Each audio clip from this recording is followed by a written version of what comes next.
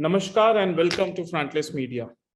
Today we have two celebratory authors, Mr. Praful Goradia and Mr. C. Shibu.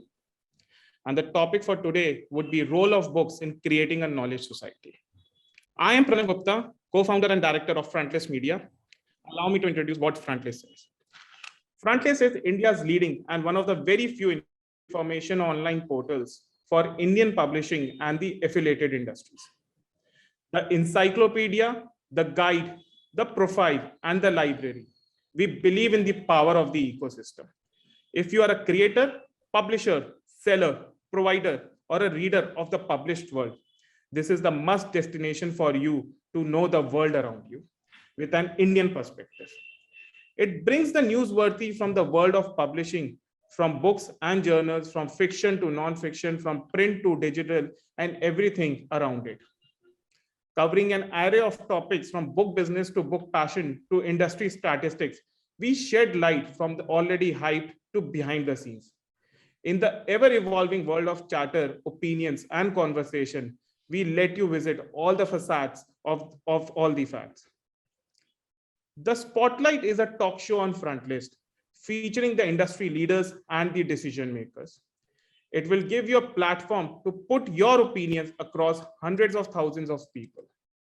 It's a pleasure and privilege to have both of you, sir, today in the last episode of Spotlight for the calendar year 2021. The topic, as I mentioned, so much. Role of books in creating a knowledge society. Allow me to introduce both the panelists today. Mr. Praful Goradia, who have been born in Bombay on 27th March 1937, is a specialist of the tea industry, having worked with biggest tea brokers in the world and later in his own business. He later made the conscious and resolute decision to quit a comfortable existence to enter the uncertain world of politics, his real passion and constant calling since his adolescence. Elected to parliament in 1998 as a member of the Bharatiya Janata Party, he intervened in several important matters that came up for decision, making several significant speeches on contemporary issues. Professor Praful Goradia has penned several books: Profiles of Tea, Dear Editor, The Saffron Book, Hindu Masjid, Muslim League's Unfinished Agenda, Anti-Hindus, and A Saga of Indian Tea, and many more. He has also written over 500 articles on the issues of both national and global significance. His letters to editors of national dairies, numbering over 2,800, are useful for transporting contemporary readers over a period of modern India's political journey. He presides over the Indian School in Delhi, which has earned a reputation for offering modern education entwined with the traditional Indian ethos. I welcome you, sir, on the Spotlight session of the Frontless. Thank you. Thank you very much. Allow me to introduce Mr. C. Shibu, who was born in Kochi and now lives in Bangalore with his wife and daughter. He graduated from the prestigious National Defense Academy in 1981. He has served in the Indian Navy and commanded 2 warships. Post his retirement, he has executed hydroelectric projects in the Kaveri River Basin in Karnataka, Beas River Basin in Himachal, and Teesta River Basin in Sikkim. He holds a postgraduate degree in Defense Studies from Chennai University and MA in English Literature from Pune University. Men and Dreams in the Dauladar is his debut novel. Shibu has changed tack from the snow-clad mountains to the blue ocean and has been associated with setting up of shipping company in India. Faith and the Beloved is his second book. Many of the characters in the novel are inspired from those who has encountered during his extensive travel. Mr. Shibu, I welcome you to the Spotlight session of Frontless Media. Thank you so much. So we'll start with this Q&A on our topic, the role of books in creating a knowledge society. My first question to Mr. Goradia, sir, would be, how can an author bring a change to create a knowledgeable society? Well, it really depends on whether the author banks on information as a result of research or wherever he finds the information, then I don't know how much knowledge he is going to spread. But if he brings a new angle or a new thoughts on subjects of normal interest to society, then perhaps he would contribute to making a knowledgeable society. I'll give you my example. I had only 8 years of formal studies, 4 years in school and 4 years in college. And this is my 65th year at work. So, but I have insisted on taking a new angle on a subject, otherwise not writing on it. So my entire effort has been based on a new angle, a new way of, something fresh, and not based on knowledge and opening up bigger books to write a smaller book. And very interesting, once when in the Rajya Sabha, Mr. Shori, Arun Shori and I happened to reach early, half an hour earlier than the session began. And we started chatting. And one of the things that Mr. Shori said in the course of our conversation was, Praful, if you want to be original, don't read. And that was music to my ears because I don't like reading. I fall asleep in 10 minutes. Whereas if you ask me to write, I can write for 2 hours, 3 hours at a time. And in the process, you see, basically it boils down to this. Is it important to get the answer, or is it, because how many answers will you get from reading more and more books? It's much better if you only bank on questions, because the moment you ask the right question, you're bound to find the answers. That is not difficult. And maybe through media, maybe through books, maybe through conversations with friends and other people. So the question is, books by themselves don't bring and make a knowledgeable society. It's the writers knowing what question to ask. And important to know that he doesn't know much. There is another thing with reading. You feel you know almost everything. Whereas if you haven't read and you are conscious that you are largely ignorant and know much less than you should know, that is an open mind, a free mind. And I think that approach would probably bring more knowledge to society than the other way around. I don't think I have very much more to say on this subject because of my limitations. Thank you very much. Thank you, sir. Mr. Shibu, your thoughts on this? Of course, I agree with the honorable the other panelists. Yes, in some parts, definitely, yes, I agree with them. But equally, I would say that, eyes do not see what the mind does not know. So finally, whatever be the source of information, books are only an expression of what people think. By itself, it does not stand alone. So historically, be it, let's say, if you start with Gautam Buddha, was one of the possibly the most famous philosophers of India in the beginning stages, who made a change which is still carrying forward. The next great philosopher who made a change was maybe Sri Shankaracharya, who came up with this concept of Advaita and so many things that he said which is to be looked at. Then came, let's say, Swami Vivekananda, who came out with this concept of, let's say again, a take on life and take on approach. So if you take this with specific to Indian context, or let's say if you take about a philosopher like Karl Marx, who came up with the new concept of communism, which changed the world upside down. So books have had their impact in various times of history and various times. more than like the previous panelist said, it is not so much about the books people read. It's about what is the thought process of the person who's writing and how it relates to the society at that point in time, and when it is due for a change or whether it gels with the people who are at that point in time. So many of the times in books in many ways addresses social issues which exist at that point in time. So many have been, say, enablers for change, no doubt. Now, if I go one step further and say that I go to the stage before the written word was written, let's say we have a phenomenal tradition of oral tradition. See, if you see the written word, Sanskrit as we know it, will not go back maybe beyond 4000 BC, 6000 BC. All the liturgical texts of Hinduism, Buddhism, Jainism, it's all in Sanskrit.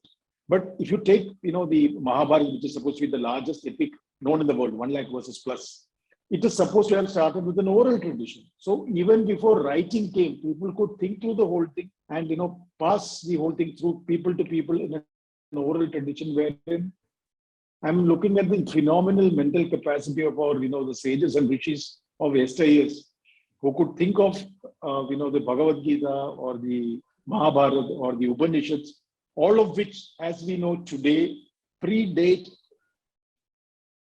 any form of written records, be it any kind of written language. It's older than the way of written language as we know it, be it Pali or be it Sanskrit or even something older than that. So that we have where such phenomenal mental power where they could think of a whole lot of things in their mind and pass it on generation to generation purely by an oral tradition. So, expression, be it oral today when it was at some point in time, then it became the written book, then came the today's media wherein the written book, you have the movies, you have the gaming industry, you have the digital media, so many ways of expression. But finally, it is always the mind which is getting expressed. So as the previous panelist said, Socrates was famous for asking questions. So was Shankaracharya. So were the many philosophers who ask the right questions, who make people think, and they want to change.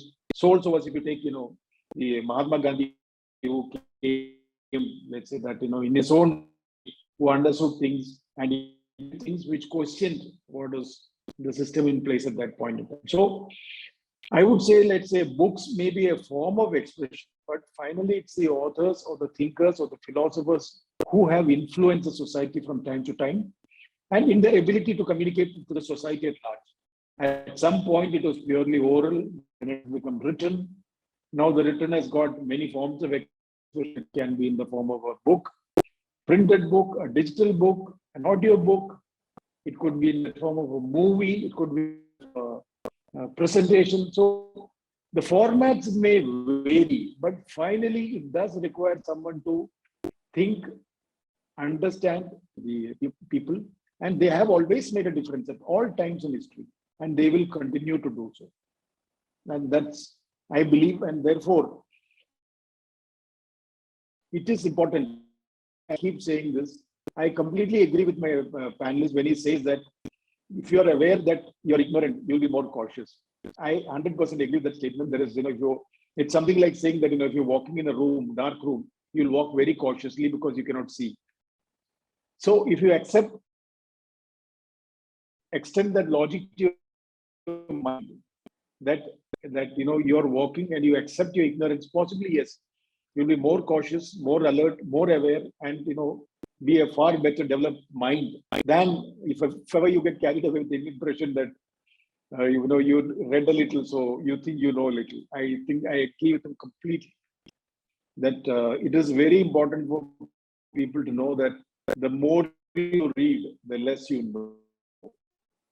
And be respectful towards that, ocean of knowledge, and that not drop.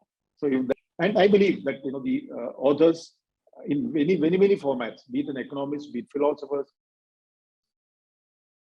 be it, social writers, it's always their influence which have influenced society, and I believe it will continue to do so.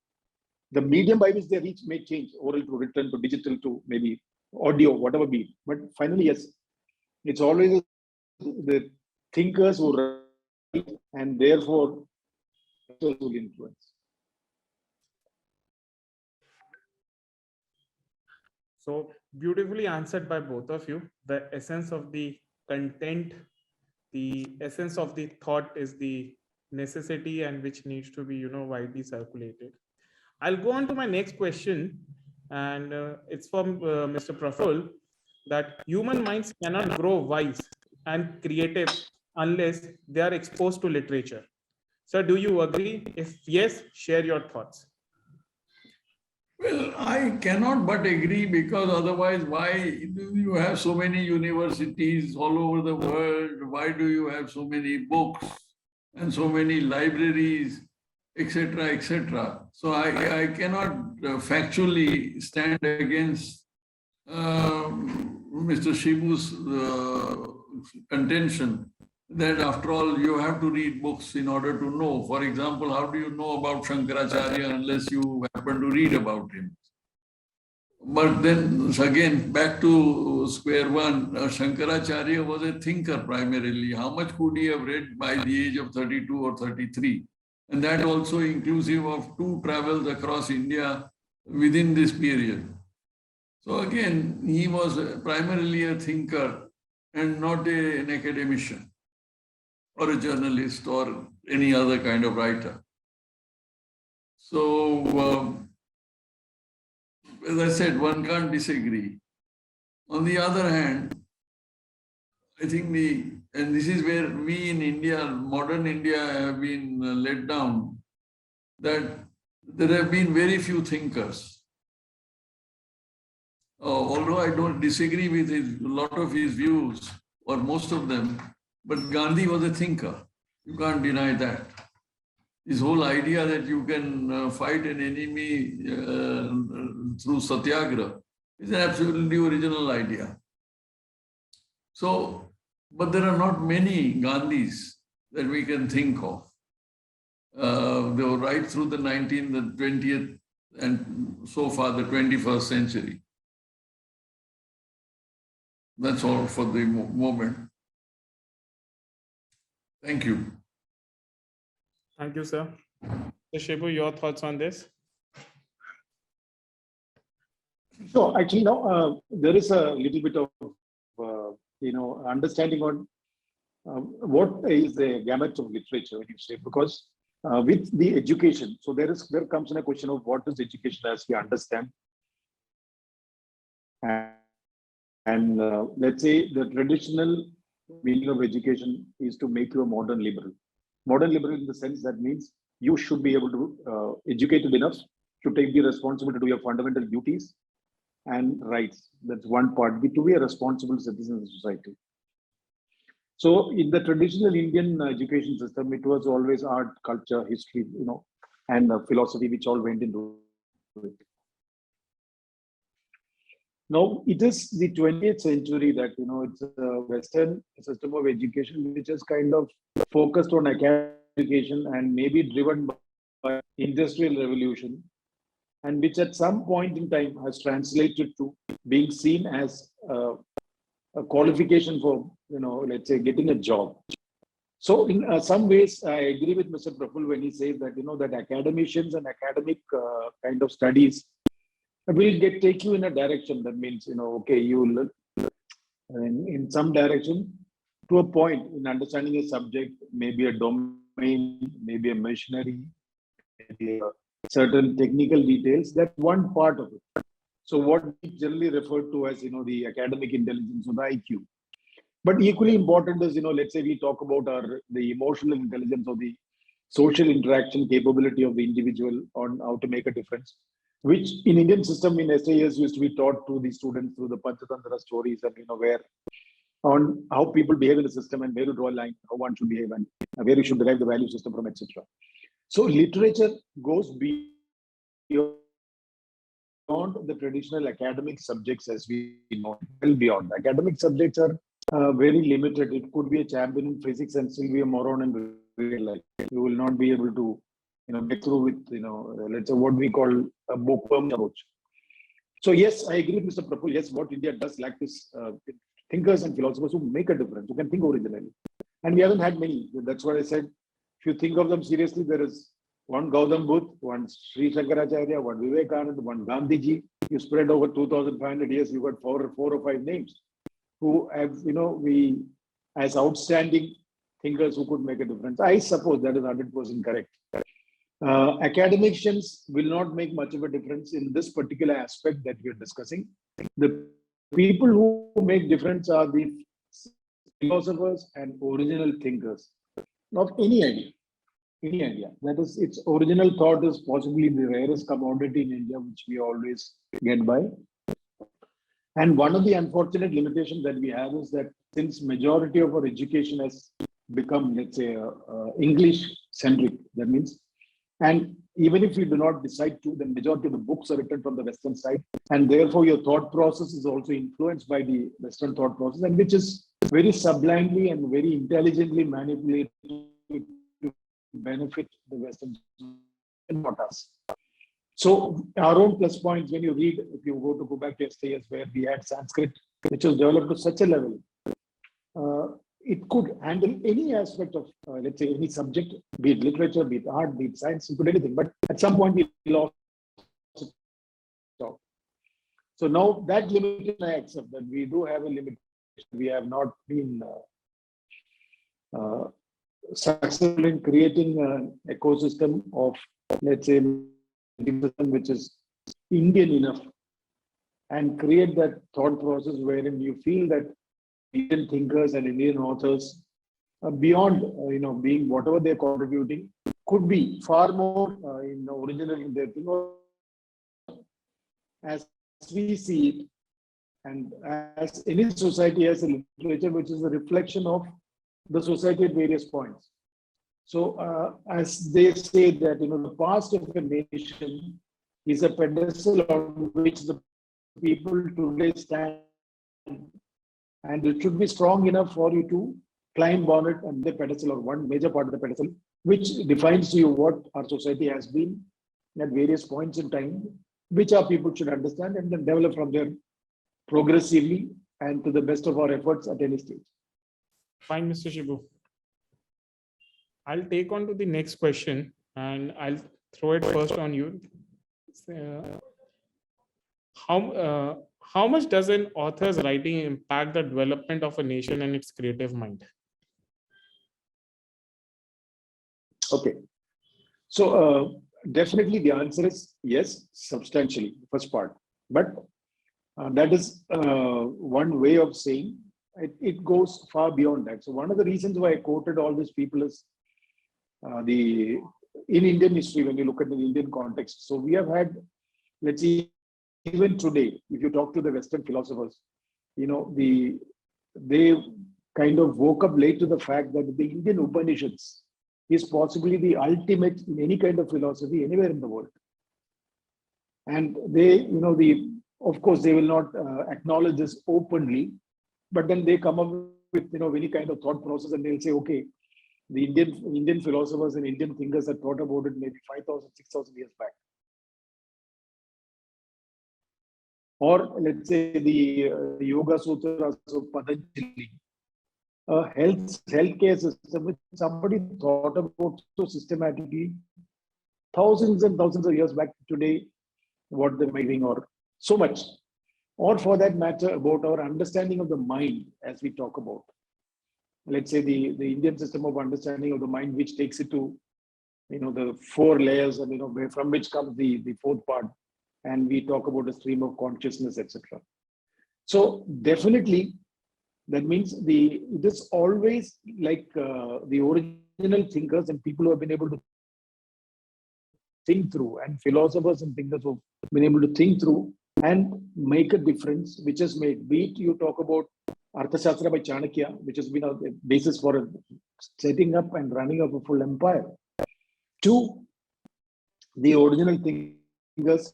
Unfortunately, of course, when you refer to the Gautam Buddha as a philosopher or a thinker, it has limitations. And so also when you talk about, Shankaracharya, Vivekananda, but Gandhiji, yes, he comes into the pure social domain of fighting a system and moving forward. So I believe it's always for we as Indians and authors from India with an Indian perspective, that you should be able to communicate to our people on our strengths and and build on it. And people should feel good about being an Indian, being our Indian heritage of every kind, and make the best of it. Whatever is good, retain it and move forward. So it does take, I believe it's always for the thinkers and the writers. Now, they could be, now today, when you talk about thinkers and writers, it also includes the, let's say, anchors and TV channels. In many ways, the far more influential or writers of our. So you have, let's say, the social media influencers called bloggers or social media influencers. You have the TV channel anchors and the TV channels who lead the show, the newspaper editors, the writers in general. So the thinking fraternity of the country is, as they say, it is, it's like the perception. It is not really enough that justice is done. It should be felt that justice is done. It is not really enough that we are good. We should feel that we are good. So it's always this feeling and the perception that where the thinkers and the writers come in. And I believe they do make a phenomenal difference. They always do. Let me have an answer from Mr. Praful. This is a very difficult subject for me. We have heard enough of Mr. Shivu on the subject. But I would Nothing still to add request to you, this. yeah, you have been a very avid writer, sir. You have written on so many important subjects. Just a small note on that, and we'll take it to the next one. No, sir, there is nothing really on this subject that I can say. So if you will forgive me, I'll just thank you and congratulate Mr. Shibu for all the information he's given us. Fine. Thank you, sir. Mr. Thank Praful, you my very next much. question comes to you. How can we find a common place to create a knowledge society, regardless of having diverse backgrounds in India? No, but we already have. I mean, for example, the amount of English that is being now spoken, then the Hindi that has been picked up, the Hindustani that has been picked up even by people from Tamil Nadu and Kerala is quite phenomenal. Now, whoever was responsible, it probably films rather than books, but it has happened, and it's a great thing that has happened. To that extent, I think we have become a much more integrated country than we were at independence. In fact, there were a lot of fears that we might fall apart on the way. Mr. Churchill, of course, had wished us badly, but even otherwise, even patriotic people also had fears that we might fall apart. So I think we are on the right path. And for me to add much more to this may result in boring you people, anybody else listening. So may I say thank you once again and wish the country and its citizens all the best. Mr. Shibu, your response to this question? Yes, it's a very vast spectrum to speak on, but let me put it this way, since Mr. Praful mentioned about our challenges during the time of independence, he would have known it much better in person because he was there. And we are from the, let's say, the generation after the independence, we are not really seeing that struggle. But I do know, let's say, we are quite sensitive to the challenges. Because the first time you parted this was, there was a phenomenal amount of the discussion that came up and the linguistic division of the country took place. So when you talk to the old timers, that's, the people who are all working together with our freedom struggles and, in putting up a new nation. One of the fears that they had at the time of independence was that whilst we all were all for, the nationalism, we also said that we need to have English as a link language at that point in time.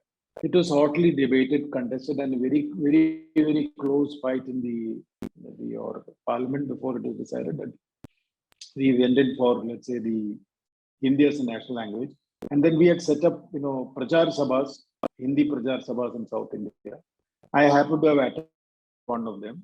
as you know, because my father said, why? Because Gandhiji said so. It's just as simple as that. You should learn Hindi, make an effort. So that's the kind of influence that man had. I'm telling that, he passed away in 48. I'm talking about 30 years down the line, in your 25 years down the line. People still believe that, he said so, he had a vision, so you must go with the vision. So Prajar Sabhas, yes, they had a role at some point. Then, of course, we had our falling apart at some point wherein the states felt that, Hindi was being thrust on them. And I must thank that IT revolution, which has actually kind of brought us together, both what Mr. Prabhu said, Hindi movies and the IT revolution, two things. IT revolution taught us that, English may have been a language which was used to abuse us for 200 years. But for that, whatever it was worth, we have had a phenomenal run in the IT sector because of that, let's say, the English advantage that we had. The second part is, again, what Mr. Prabhu said rightly, I agree with him 100%, that the Hindi movies have had a far more effect in spreading the language than any of the other efforts that we have made. So that comes naturally to people. And the opening up of the economy, that means in, let's say, the 91 opening of the economy, has now resulted in people, let's say, I come from Bangalore, where you've got something like 15 lakh IT engineers, 15 lakh plus, the last count was 15 lakh last year. This year, maybe it's already 17, 18 lakhs. They're from all over the country. It's purely merit driven. So IT sector is looking for talent. So it has got no language or any other barrier. So you have the whole lot of people are working in Bangalore, Chennai, Hyderabad, Pune, Mumbai. You find that in many ways it is making the place far more cosmo than it was. So yes, as a common forum, English as a language, we do have a limitation in the sense that the English reading population, people who are capable of reading literature in English, is very, very minuscule in terms of the population of the country, maybe about 2%. Now, the other side of the story is, again, India has had a phenomenal oral tradition. So generally, people are not oriented to reading as a habit. It doesn't matter which language. You do have some of the maybe Marathi, Bengali, Malayalam, Tamil, and to some extent Telugu, Kannada, and to some extent limited Hindi and Urdu. But the tradition in India has always been oral storytelling tradition, so people still prefer to watch movies, prefer to read books. So I agree with Mr. Prabhu when he says that, we do have a forum. Yes, we do have a forum, definitely yes. But we do need to have that, inculcate that habit of people reading. It doesn't matter whether it's from a mobile, from a laptop, whether it's from a Kindle, whether it's from a print book. Because that is something which we need to, that in our education system, we need to bring in. Because people still, that oral tradition, and it seems to have far, far more impact than the hard habit of reading. That's one aspect, I think, which we need to inculcate into our people, whether you read Mahabharata, whether you read the Ramayana, whatever. It cannot be only watching TV serials. People should read. So that part is something where we need to focus on. And the language, today you have a cross-section of the society which takes on to English as a subject, and English novels and what Indian authors write. There is an audience, but it's still a very small percentage. Majority of the country life is led in your language that you speak, your mother tongue. Go to any part of the country, nobody speaks English. In office space, you may use English to communicate, but you live at home, you live in Hindi, Bengali, Marathi, Punjabi, whichever the language. So therefore, there needs to be a little bit of connect between what we do and how we make people read. That's something which has been on my mind, but I also do not have the ready-made solution that what we have already existing with us. Thank you, Mr. Shibu, on this. I'll take one last question to Mr. Praful, and then we'll go with the concluding remarks. Mr. Praful, how do you see, how can a reader catch up with the true intention of the author for taking the wisdom out of a particular book? Well, that depends on the reader's interest. He should have some aptitude for also getting to the center of the message. And then it wouldn't be difficult. I really have not read much, so I can't really have any firm views on the subject of the question you've asked me. So really, I'm not competent to answer it, quite frankly. Mr. Shibu, considering the timeline we have, let's keep it very precise. A very short response from you on this. Yes, the short response should be yes, a discerning reader should be able to read without being getting what I would say led by the nose. It does require a discerning reader, and especially when you're reading books from the Western authors. And almost as a rule, they have a guideline, written or unwritten, I do not know. There is always a underlying theme which kind of pulls the reader to think in a certain line or believe in some story they are selling, which is not said so in as many words. So I guess the reader needs to be discerning and very discerning, especially when you're reading Western authors.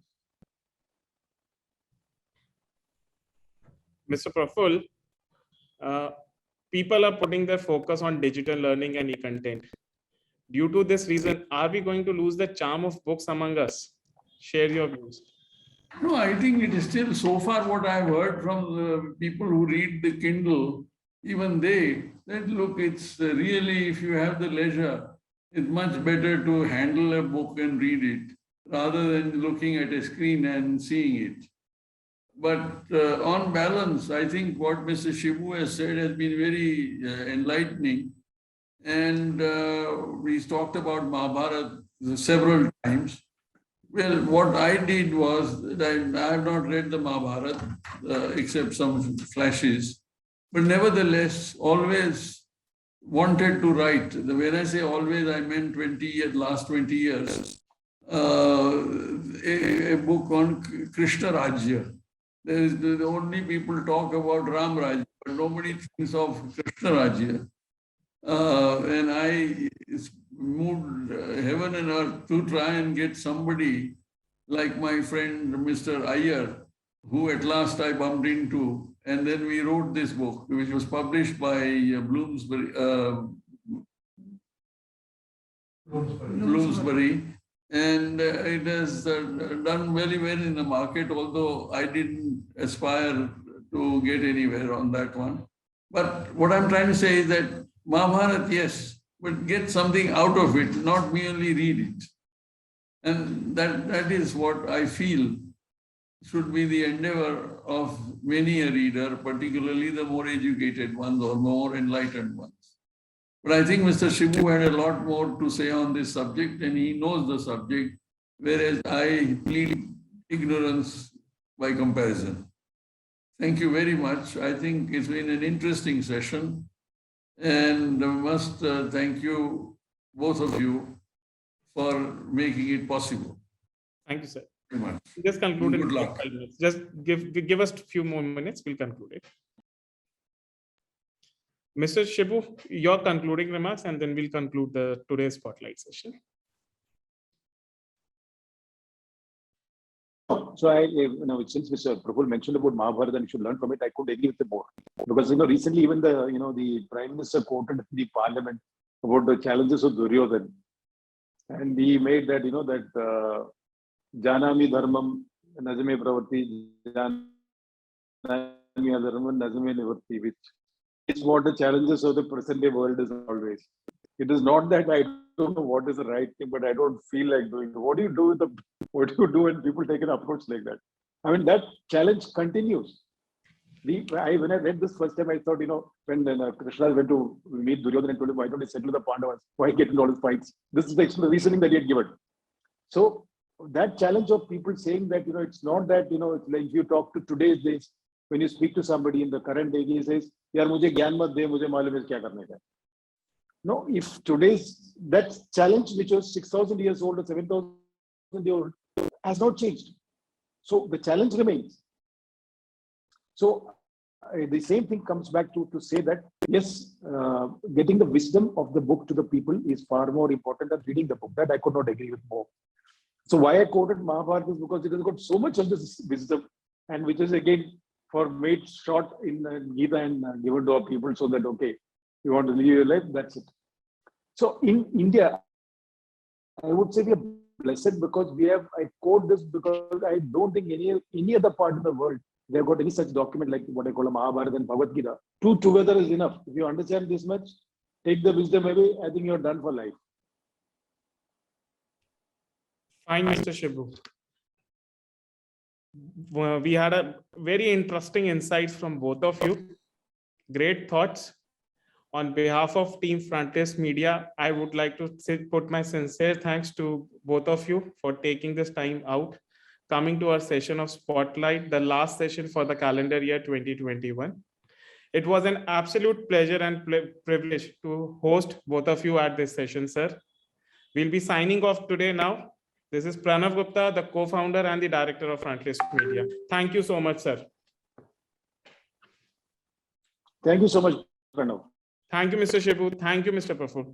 Good evening. Bye. Namaskar.